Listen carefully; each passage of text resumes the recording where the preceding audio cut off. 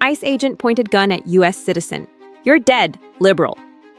A federal immigration agent allegedly aimed a gun at a U.S. citizen during a Chicago protest, shouting, "You're dead, liberal."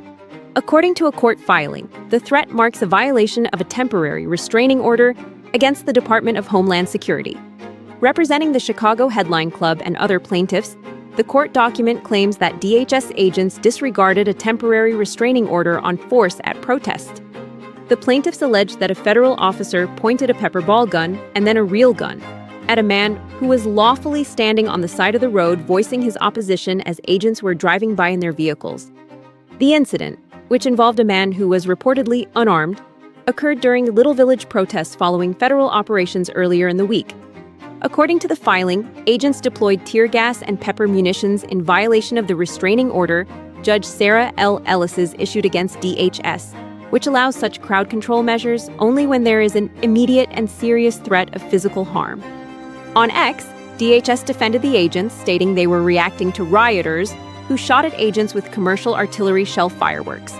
They claimed the mob of rioters grew more hostile and violent, advancing toward agents and began throwing rocks and other objects at agents, including one that struck Chief Greg Bovino in the head. DHS continued, riot control measures were deployed, including by Chief Bovino, and arrests were made. Agents properly used their training. The use of chemical munitions was conducted in full accordance with CBP policy and was necessary to ensure the safety of both law enforcement and the public. The plaintiffs argue that the demonstrators were peaceful and that authorities failed to issue warnings before tear gas was used. They added that there is no evidence that commercial fireworks were fired by anyone at the scene. Aaron Reichlin Melnick, senior fellow at the American Immigration Council, weighed in on the incident, stating, DHS has to understand that it's playing with fire by refusing accountability for officer misconduct like this.